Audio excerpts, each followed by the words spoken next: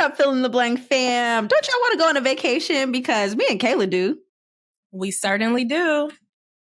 So we're trying to get the whole fam together, and we're trying to go to either Bali or Tulum or Costa Rica, whatever really y'all are feeling. If you guys don't mind, go to our bio and click on the survey, fill it out if you guys want to go on a nice little vacation with us at the end of this year, because we're really trying to get the fam together. Squad, let's go out of town. Okay, you guys. Catch you soon. Bye. Hey, babe. Hey, Kayla. Hi, Iyanna. Welcome to Fill in the Blank podcast. Welcome. Get away, baby. Okay, baby. Okay, no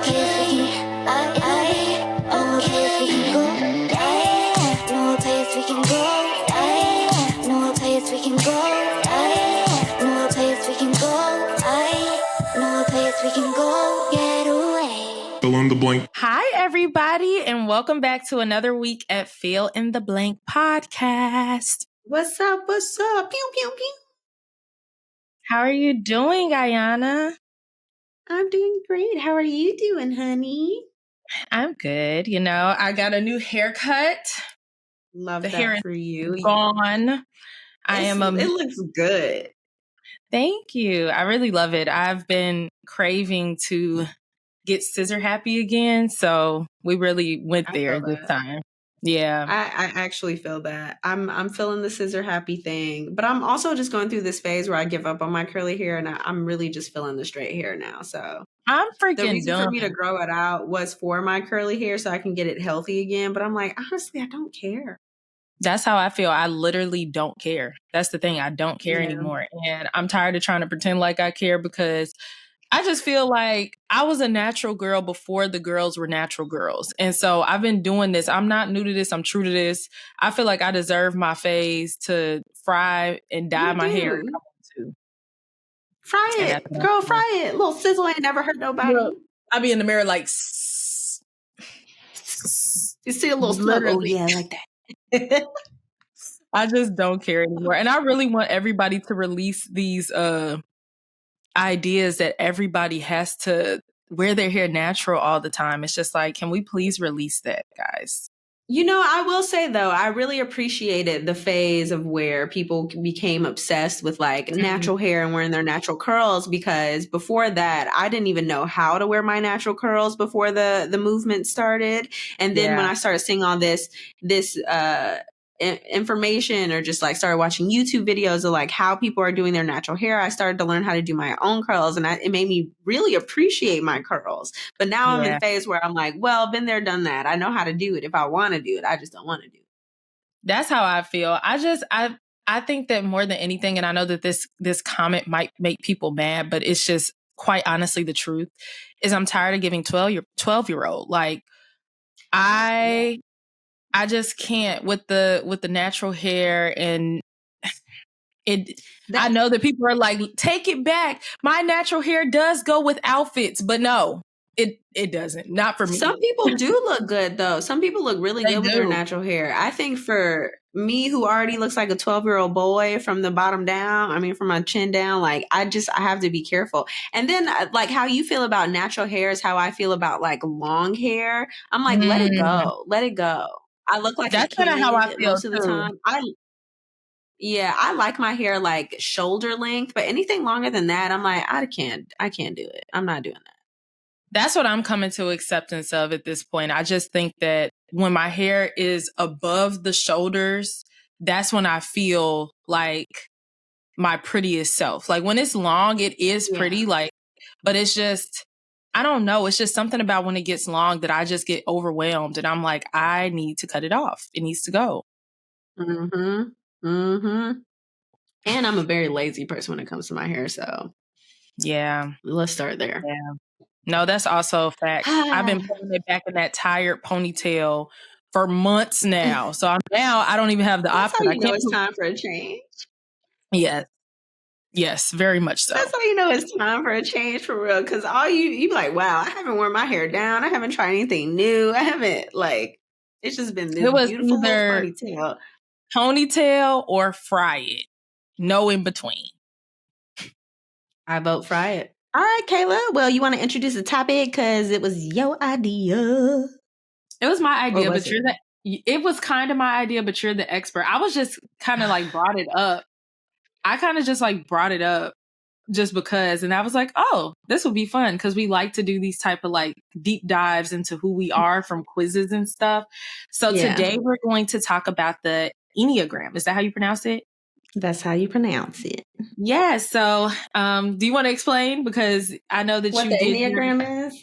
Yes. Explain the whole thing, the background of what it is. Yeah. So the reason why, so I'll try my best to explain, but I went through a full ADHD hyperfocus mode when Kayla introduced this, and I was like, "Ooh, I'm about to take this test." And then I started reading all the background information of what an Enneagram is and how to understand all the stuff. So I'll do my best to like explain everything in layman's terms, but.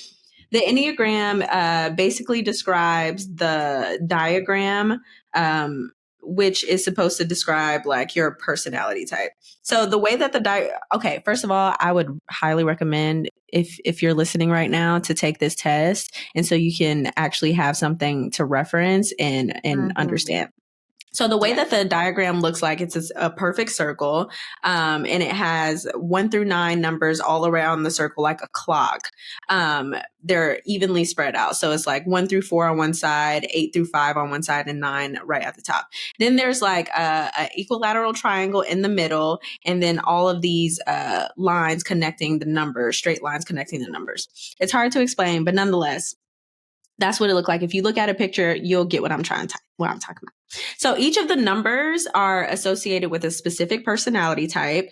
The idea is you don't change your personality type. You're kind of born with innate temperaments, and up to the age of 5, you start to learn like different adaptability techniques, and this kind of forms what your personality is. And so through that, if you take the test, it'll assign you a specific number. Now you get a number, and then you also get what they call a wing, which is basically your second highest number that you're also associated with. So it's like a supporting personality type with your dominant personality type. But the wing will always be the number that's like either higher or lower than your top number. Yes. So it's whatever your wing is adjacent to the number type that you're associated with. For example, I'm a 5. So mine's is either 5 wing 4 or 5 wing 6. And when you take the test, you can see or try to figure out what your wing is based off of what your scores are. Okay, let's see. Okay, a couple of things about the Enneagram before we really get into it is, again, number 1, your personality type does not change. You have one basic personality type, and that's it. The personality types are pretty universal, so no personality type is inherently masculine or feminine. Another thing is although you have been given a specific type, you will fluctuate between healthy, average, or unhealthy traits within that type. And what's good about the test is that it'll tell you what you look like in all 3 of those phases. And you're not stuck in one of those phases. It depends on what season you're in, but it'll tell you what behaviors you may be exhibiting or perspectives you may have if you are a healthy or average or unhealthy 5 or 2 or 7, blah, blah, blah. Let's see what else. There's something else. Okay. Another thing. No type is inherently better or worse than the other. Every single personality type has their own unique assets and liabilities, but I will say that depending on what the type is, culturally, I feel like some types are more desirable than others. For example, Alex is a type, I think he's an 8 or a 3, one of them. Either way, a 3. He's a 3.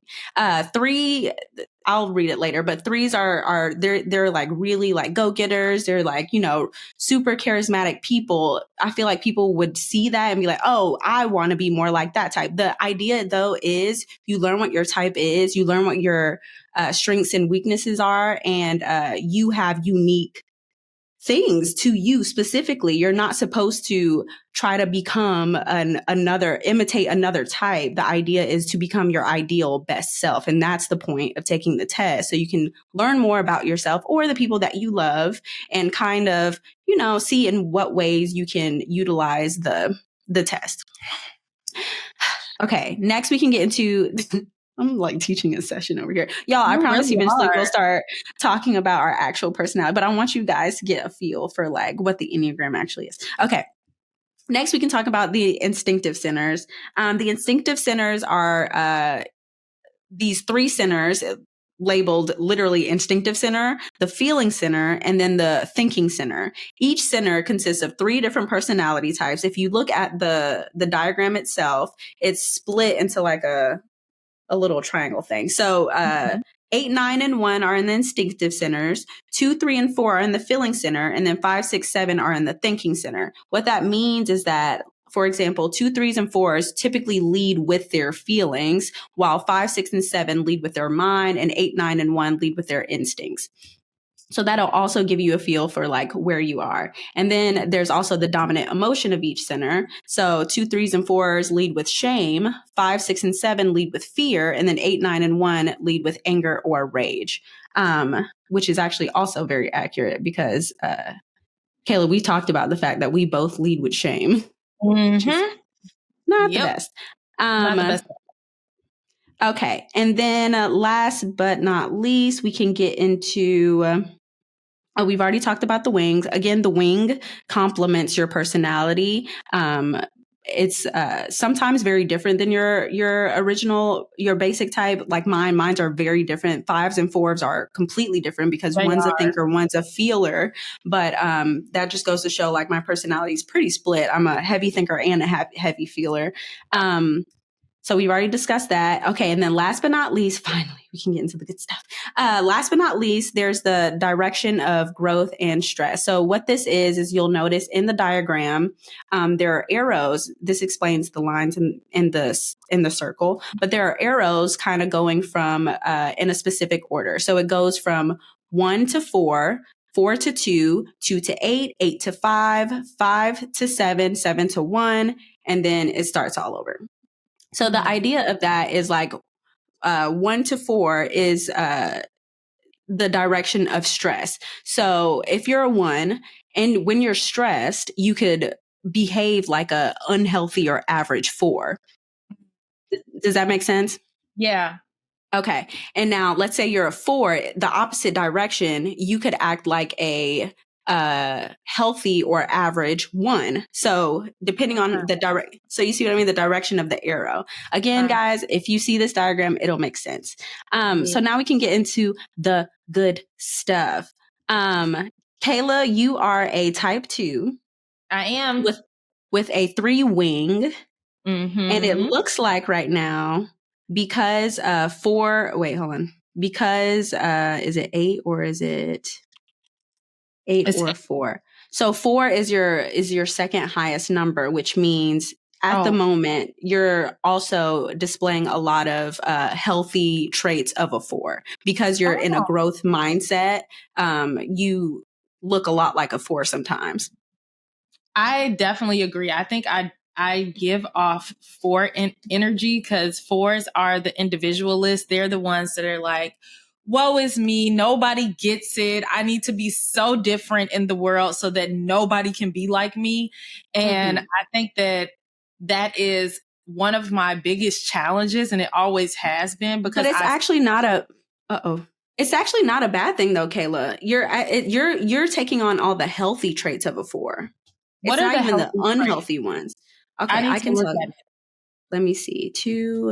Sorry, do you want to talk a little bit more about your stuff so I can look this up? Oh, yeah, I will. Okay, so with me being a type 2, that is the helper, like we talked about. So it says the main thing, the first like couple lines that it says is the type 2s exemplifies the desire to feel love, to connect with others in a heartfelt way, and to be a source of benevolence and love in our world. 2s are easily the most people-oriented of the Enneagram types. And this is the part that's very interesting. You be quiet.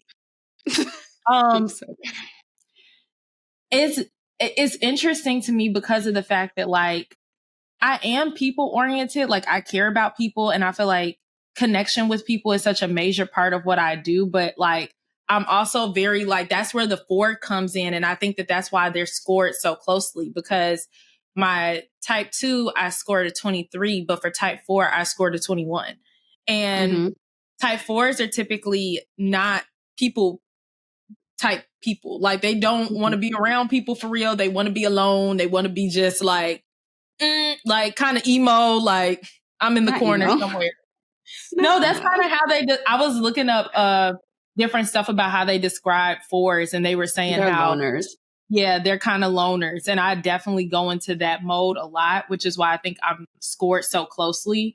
But okay, the last things I'm going to share about the 2, they focus on relationship and feel best about themselves when they are meaningfully engaged with others.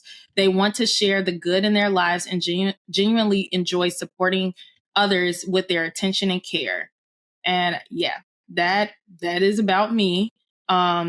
But I think that I've definitely maybe why it says that I'm exemplifying like the healthy versions of a 4 is because I feel like I've learned how to balance that out because that is definitely like the people pleaser aspect where I can like engage a little too much with people and try to give too much of myself. And I feel like now I understand boundaries a lot better where I'm able to say, oh, nope, time for me to kind of like go in my shell a little bit and kind of back off and be alone when needed.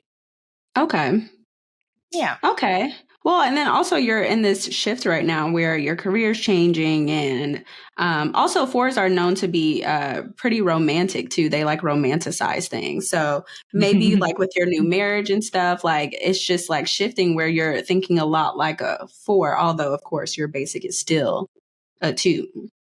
You know, I think I've always been that way though. Like I feel like if anything is balanced out more now that I said that like once I got in a really healthy relationship, I kind of calmed down on my over romanticizing things because I didn't really need to. Like before I got in a healthy relationship, everything was like, oh my gosh, like I'm such a hopeless romantic. I would sit and watch videos on YouTube of people getting married and just cry. And yeah, like I don't do that type of stuff anymore. I'd be like, oh, that's so beautiful. That's great. Like, Say, oh, so that's happy. nice. That sounds Yeah. real nice.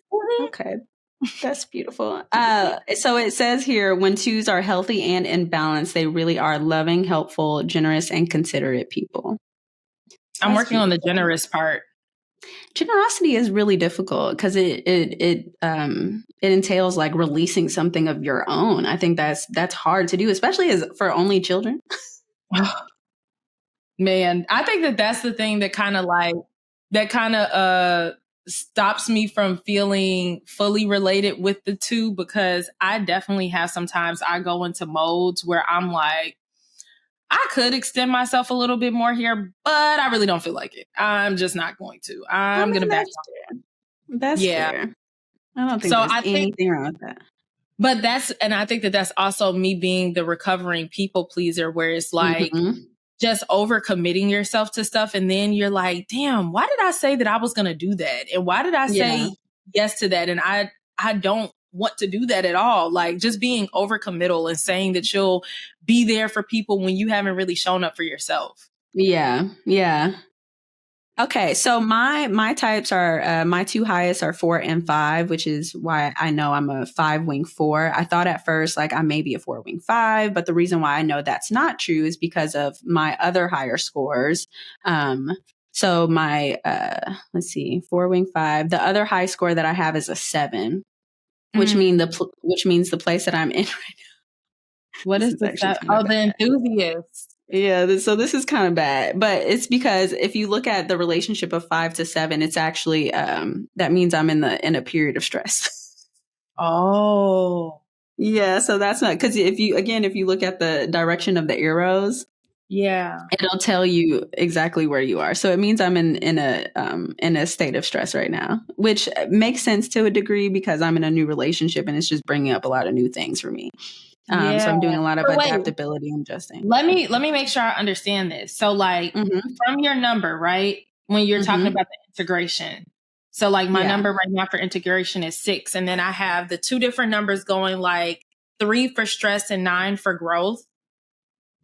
Let me So, see. I mean, the 2 You're a different 2. numbers. Yeah, so you're a 2. So either you're whichever's highest between a 4 and an 8 will tell you if you're either in a stress or growth period. Mine are 3 and 9. Well, that's not. So 3 is so high because 3 is your wing. 9 has nothing to do. So you'll find a little bit of yourself in all of the personality traits, but 9 isn't even associated with you. Not for real. Really? You just tested high enough to have some traits of a 9, but it's not associated with your personality. Because 9 is in my top 4. Yeah, no, it's not. It's not really associated. You just pay attention to the ones that are related to your basic type. Oh, okay. Like the top 3 ones? Well, the top ones that are associated with the type itself. So you're a type 2. So type the only 2. ones, so the only ones that could be associated with you are either a 1, a 3, a 8, or a 4. Because you see, those are the ones that are, you count the ones that are adjacent to your number, which would be 1 and 3. And then you count the numbers that are connected via the lines, which is 4 and 8. Oh, yeah. Okay. It's a little complicated, which is why, y'all, I'm telling you, you got to take this test. And when you're listening, driving around, look at it. driving Wait, what the heck? Wing 3 and then to the top and then to the 7. Y'all, I'm telling you, you got to look at the diagram. It helps. How can one grow and integrate in your Enneagram? So the thing is the way that you use this tool is you first identify exactly where you think that you are. And you can tell by taking the test, of course, and seeing what the highest numbers are. And the good thing about it is it'll also tell you what level of development you're in. So it'll tell you whether you're in a healthy, a average, or an unhealthy level. Again, you'll fluctuate throughout depending on what's going on in your life and what season you're in. But this is a really good tool to kind of utilize identifying where you are and then seeing where you could possibly go. Also, it's really good at helping you pinpoint what your strengths and weaknesses are. I know when people ask me, Iyanna, what are your strengths and weaknesses? I don't fucking know. I don't know. Or at least I can't put them into words to know what the top ones are. But like reading this, I know some of my weaknesses are like when I get overwhelmed, I retreat, I withdraw, and I isolate. Also, I know my strengths are I'm very good at being present. I'm very good at using my mind and being very intellectual and kind of just, learning things and then being able to teach them. But other than that, like it just helps you with things like that. And so that's how you use this tool. It's not, and to help you better understand the people around you. Yeah, because it's cool since we all took it, like, well, us two. I don't know if Ariel and Asia got a chance to take it, but since the two of us took it, like being able to kind of talk through our charts and understanding different things, like things that you might not, there are certain things about people, like if you're close with them, you might say like, oh, I don't like this thing about them or this thing about them. But then when you take this, it starts to make everything kind of like make sense. Makes like, sense. oh, yeah, this is just part of their personality. Like maybe not something that they mean harm on. It's just who they are. Yeah. Facts. Yeah. And even using this, y'all, please use the official one. Use Enneagram Institute. The other ones, like, I mean, I'm sure they're really helpful, but this one's just a lot more official. I paid for the test because I knew that would be the more accurate one. It's only $12, so I didn't mind paying for it. But I would highly recommend it. But on the website, you can also see like compatibility, like potential issues that you guys may have, depending on what else anyone else's type is. It'll tell you like potential trouble spots or issues. So you can kind of be on the lookout for things like that. Yeah. Yeah. Okay, Iyanna, you got interrupted because you were about to tell us about your type. Oh God, do I have to? Yeah. Yeah, you do. So 5s are known as like very independent. They're known as the loners and the misfits because we live a lot in our mind. We exemplify the basic human desire to just understand things and look at like the deeper insights about reality of what's going on. Typically we're like really determined to just like pursue different questions and ideas that fascinate us.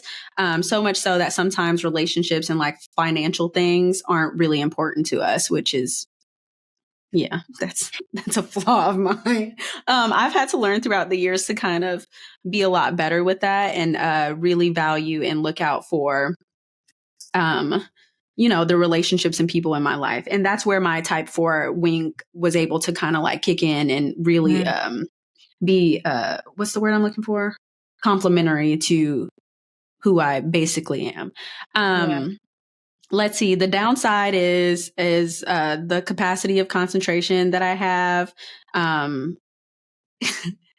I can get really lost in my own mind, which is why a lot of times if you guys ever see me in public, sometimes I'll zone out and just be staring off because I'm literally living in my mind. In my apartment, I do this a lot where I'll be standing in a single spot, kind of just staring, and I'm like listing or like, really just imagining things, and I'll realize I've been standing there for like 5 minutes straight and I'm like, what's wrong with me? But it's because I like live so heavily in my brain sometimes. It doesn't mean that I always want to be alone and stuff, but it just means that, the people that I choose have to like intellectually stimulate me and like, sorry, Alex just turned it into me. I was like, what? But I just need to be with someone who intellectually stimulates me and someone that I genuinely want to share like my insights and expertise with. Hence me having a podcast.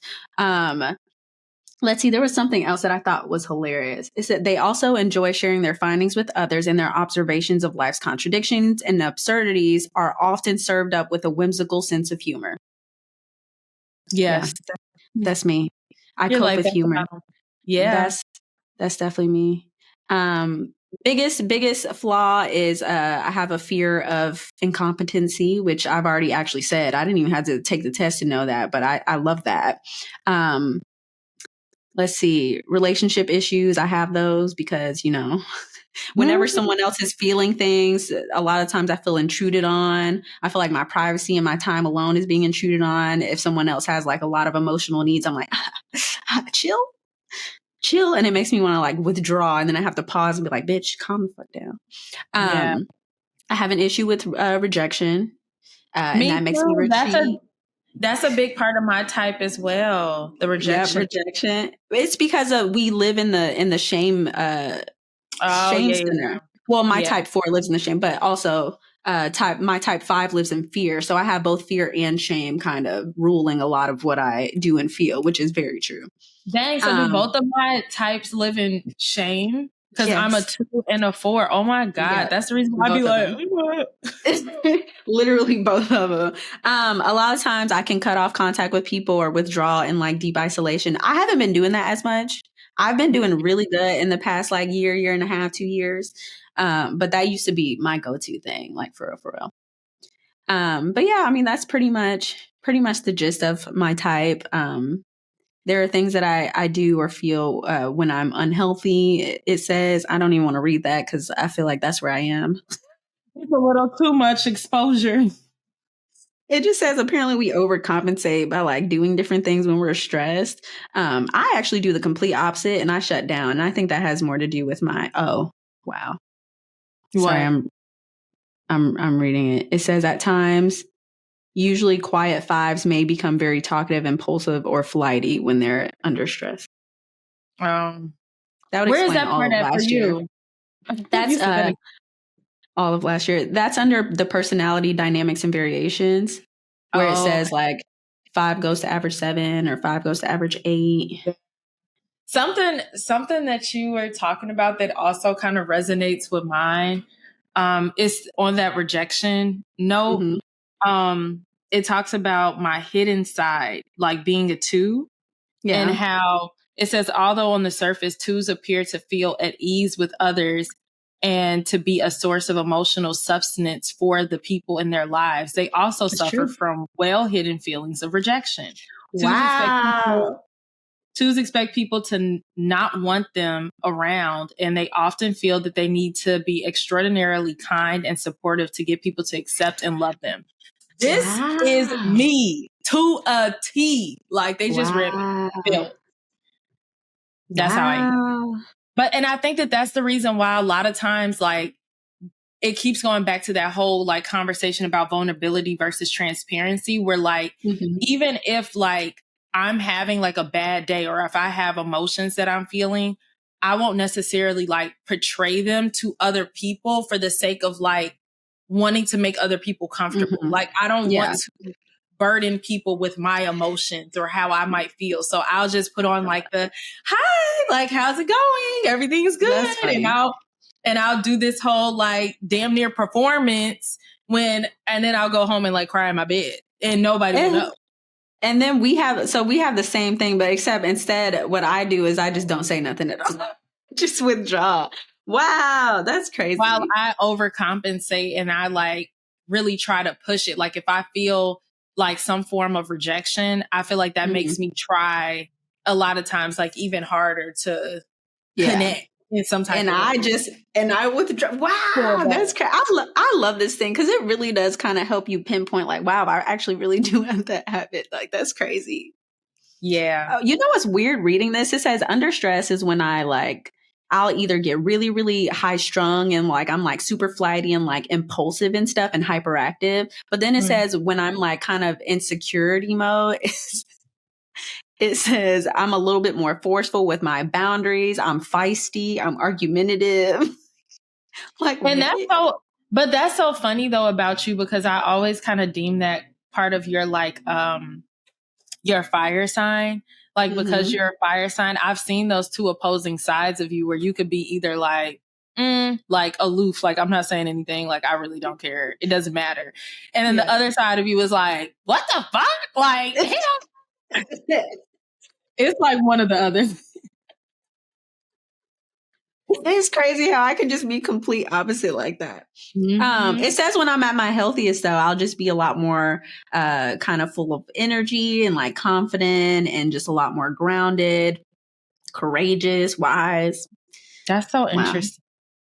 That's beautiful. Okay, let's talk about our wings now. Oh Lord. Okay. I actually like my 4 wing. I wish I was a 4 instead of a 5, but it's okay.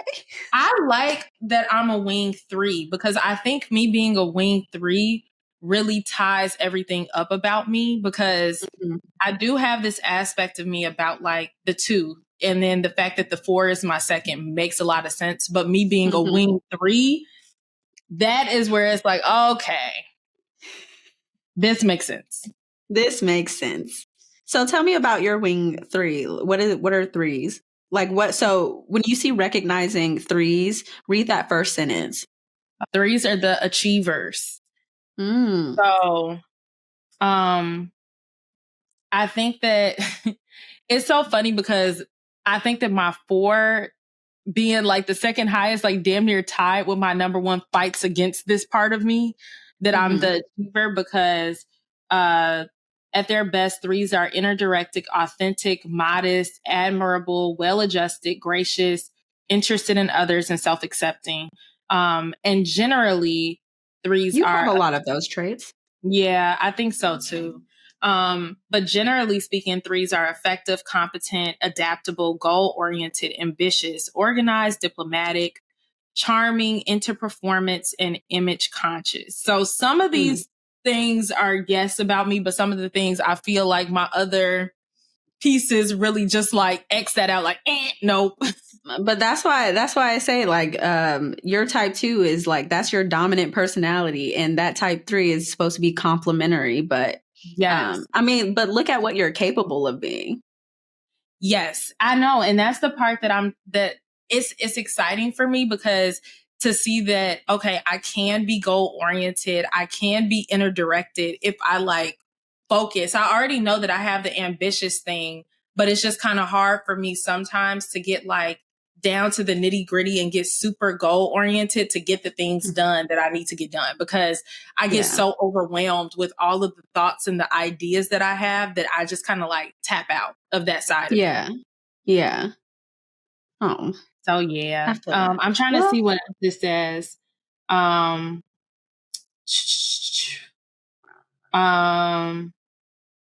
Type 3 exemplifies the desire to be our best self, to develop all of our potentials, and to value ourselves and others. I'm like, yes.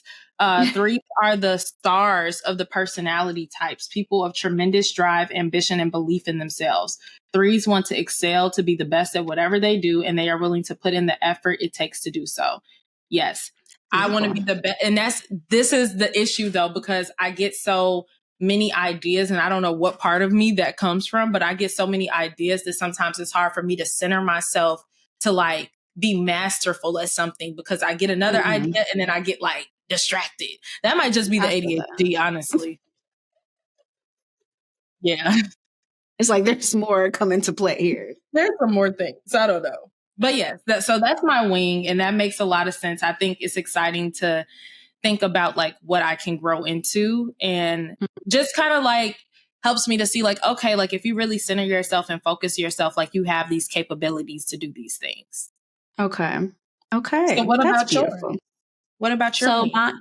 my wing is complete opposite of my type 5. If you look at the diagram, you'll see that 5 and 4 aren't even connected, like not even the slightest. But it's because they're like extreme opposites. One's a thinker, one's a feeler. And at first I was like, is that normal? So I looked up the percentage of how many, like what's the rarest type, and the rarest type is 5 wing 4. Really? Yeah, like That's there's so a small, interesting. I think it's only like 4% of the population or something. What? So, but strangely enough, type 4s are somewhat common. Type 5s, though, not as common. Okay, so type 4s exemplify the desire to just be themselves, to be known for who they are, exactly who they are, and know the depths of their own hearts, which is very much so the other complete opposite of me, where I'm extremely aware of like my emotional state, and I can feel other people's emotions too. So 4s are nothing if not subtle and expressive. And they are able to put words to feelings and states that others may recognize but can't express as eloquently, which I think is also pretty much me. 4s are also people who care a great deal about beauty and taste, which is why they'll be attracted, even if they're not creatives, they'll be attracted to things like music or personal styles. That's not as true as it used to be for me. I think I've because I just feel so incompetent in the area, I'm just like, whatever. But growing up, I used to be very much so into like dance and music and singing when I was growing up. And I was in band for like 8 years, maybe 10.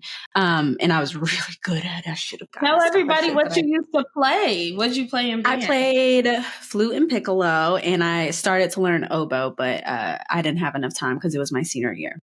I feel like piccolo is such a fitting instrument for you. Because it's tiny. I'm a little tiny little thing, and it's high pitched like me. Okay, let's see. Above all, 4s want to distinguish themselves from others. They want to feel that their taste, their self-expression, and their emotional depth are unique, which is very true about myself. I like to think that I'm unique, which is probably why I wanted to mention that it's a rare personality type. Wow, I just noticed that. Jesus. Because of their powerful need to see themselves as different from others, 4s often end up feeling alone and misunderstood, which I've talked about growing up. I've never felt like I belonged anywhere, even amongst my own family. Yeah.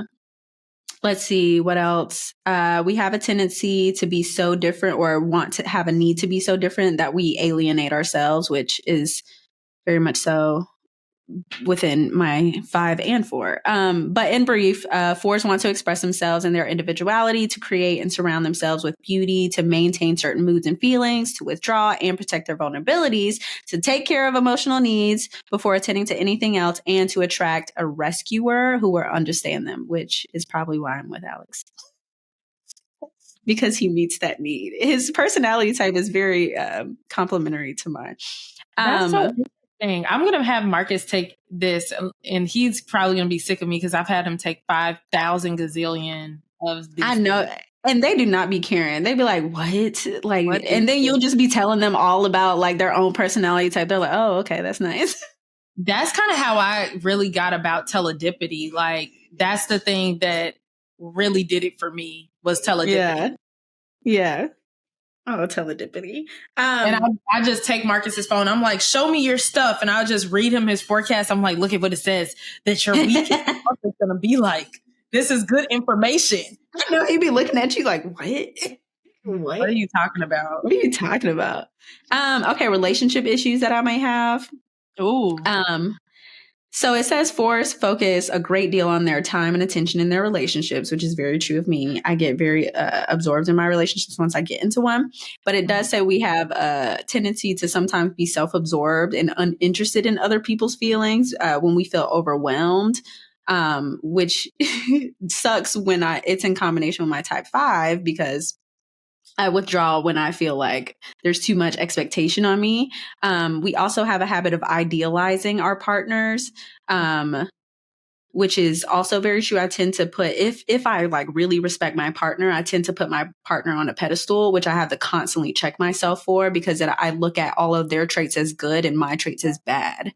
And so I like devalue myself. And then I feel like, I don't know. I just not like myself. We're very moody, temperamental, which is, I don't like to admit, but it's kind of true. It's kind of true. Kind of true. We typically withhold attention and affection to punish the other. I didn't know that this was an issue of mine until my marriage. And he'd be like, why are you like switching up? And I'm like, well, it's a consequence. Like, I'm not doing it on purpose. Dang. Maybe I was. I don't know. Maybe you were. It's certain things like when you're not healed in certain areas, or like you don't even recognize that it's something that you're doing it. Yeah, that you're doing. You're just like, what? That's why they say marriage, relationships in general are mirrors. It's a mirror. They're mirrors. Look at yourself. They're legit mirrors. Yeah. Wow. Okay, but that's. I found out with my relationship stuff, being a 2, it says that their positive and helpful energy is infectious. And for this reason, they are extremely desirable companions in friendships and romantic relationships. However, 2s struggle with the fear of abandonment and feeling unappreciated by others, which can cause issues in their relationships. And yeah, I think that is also that it said something about that earlier on with me being a 2 and just like that, the fear of rejection and whatnot. So I'm constantly in my head, like I'm not this person's favorite, or they don't really like me that much, or, stuff like that. So I could definitely see that. And I think that when I was unhealed with that characteristic, it caused for me to like overcompensate in a way that can be aggravating for somebody else. Like I would really push, especially in romantic relationships, I would push it to the freaking limit. I'm like, look, we together. So we together. What's up? You gonna leave me? Crazy. They're like, yo, get this girl up out of here. She's insane. I'm fucking dead. Yeah, at least you found somebody though who's complimentary to you now, and it's like who brings out the healthiest piece of you. Yes, I feel like we should say what we look like at our best, because we've been saying a lot of the negative stuff, but there's also really good things about our personality types too. So okay, you go first because I don't know yet. Go ahead. Okay. Well, you can read it. So, but I know this stuff is true. So it says, at my best, 5s are very high functioning. I haven't gotten to that part yet, but I'll be very. We're very open-minded. And because we like to understand things precisely and as a whole, we have the capabilities of having very deep connection with people, but they have to we have to respect them basically, which is very true. We combine our wisdom and perceptiveness of our mind with our hearts and our courage to really just bring something new and valuable into the world. Our intellect is our strongest asset. We're just very good at bringing different perspectives or understanding things and putting things into words. We have a child's sense of wonder, which is what I was just talking about. I don't think I'll ever grow up for real. I'm like a kid just touching stuff and smelling stuff. And like, you put me in nature, my God, I'll just be all in the grass. And like, you are like that. You're just very curious, like in general. Like whenever you go into places, you like grab things like, oh, what's this? And you look at it. I used to get yelled at a lot as a kid. I can't stop touching stuff. Stop touching stuff. I I'm can like, see but I can't help it. And then for my wing force, strive to be true to themselves. So we're very authentic. We're very emotionally honest and aren't afraid to reveal ourselves and to be very vulnerable. We're very self-aware and introspective. So we have really good emotional strength and endurance. And we're pretty highly intuitive. So those are the strengths of myself, which are I love. Yeah, I'm going to share mine. Okay, so healthy twos are sincere and warm-hearted, immense goodwill, and enormous generosity of spirit. They have an extraordinary ability to feel the feelings and needs of others. And yes, that is me, the highly empathic, just like I can literally feel other people's feelings. Yes. They said, but because they're so empathetic, healthy twos know others' sorrows, and this motivates them to go out of their way to help and support people, especially in times of need. Charitable. What else does it say? They don't wait around for a loving response from people in order to feel lovable. Oh, I haven't gotten there yet. So we got to work on that. You'll get there. Recognize their true strengths and limitations and accept them. So that kind of goes to what we talked about last time, like being able to just accept certain pieces of yourself and just being like, no, it's okay. And what else is important here? They see dignity and humanity of people and respond to that. Foster independence in others, nurturing self-confidence, strength, and new skills so that people can grow on their own, which I can see about myself. It's you in that feeling center. Your heart is your strongest asset. It's the damn heart. It's beautiful, Kayla. It's beautiful. I be feeling everything. I've got to accept that about myself. It's beautiful. Thank you. My 3, I think I shared this already, but at my best as a 3 wing, inner-directed, authentic, modest, admirable, well-adjusted, gracious, interested in others, and self-accepting. So it seems like in both the 2 and the 3 category, I have at my best, I'm going to be self-accepting. So we're still working on that. And it just also seems like I'm a people person more than I like to admit, because I really be like, but I do. When I'm around people, I'm cool. Like, you will probably never know for real, but it just takes so much out of me to interact with people. And I think that might be that highly empathetic piece. It's exhausting to constantly feel other people's feelings, plus feeling your own. Because at some point you be drained. It's exhausting. Like, I need to go home. I'm going home. And that's why large groups are hard for me. All those people in a room, I be like, I gotta go. It's too much energy in here. I gotta get out of here. I feel that. Okay, last thing. I just want to read off some examples of other people who have both our wing and our main. So I'll do my 5 first. So people that you guys may know who have, and this will go to show just like how opposite my personality is. I'm like I don't know what the fuck I am. It's confusing.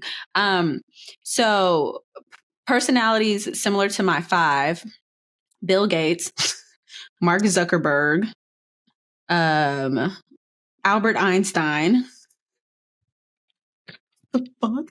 No, that makes sense though, Iyanna. That makes sense because you are intellectual, and I feel like it would make sense that Albert Einstein and you would be in the same category. Stephen Hawking. Okay. And then I'll read off some of the ones in my 4s, which are complete opposite. It's all of the fucking creatives. So it's Nicolas Cage, Johnny Depp, Winona Ryder, Angelina Jolie, Judy Garland. It's all the actors and shit. All the Billie Holiday, all the entertainers. So that's crazy. That's funny. Okay. Oh, Amy Winehouse, R.I.P. Oh, Amy Winehouse. I Do still you haven't have seen the mine pulled up, documentary. or you want me to say? No, because I don't have your thing, so I can't see Oh, it. it's on the sheet. Yeah, it's on the sheet. It's at the Oh. very bottom of each type. Who the hell? I don't even know who these people are. Read off the ones that you recognize. Okay. Desmond Tutu. Who's that? Who is Desmond Tutu? I recognize the name. I know that I should know who he is to explain it. Oh, but you Okay. keep going. Eleanor Roosevelt. Monica Lewinsky.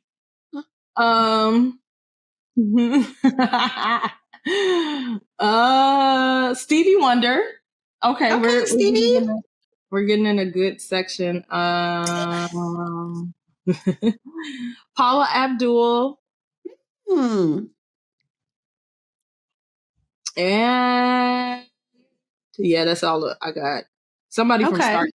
I don't watch Star Trek, so I don't know what the hell. I'm dead. Okay, and what about, was that for your 3 or your 4? That was for the 2. I mean, for your 2 or your 3. Okay, that was for your 2. Okay, let me see if I can find that 3 because I didn't see it before. You know what's funny is like I find it hilarious that like when we take these, like my MBTI also mentioned that my personality type is similar to the same people that I've already named. So really? So it looks like this is pretty much so like my personality no matter what test that I take. It's just that each one will tell me different things about myself. That's so interesting. Okay, so like you, like what you said, the 3 is now like all the creative people. So, well, there's Bill Clinton. There's oh no, not OJ Simpson. Does the glove fit? Does it fit? I'm weak. Tiger Woods, am I on drugs? I'm confused. What's going on? Okay, here's some better ones.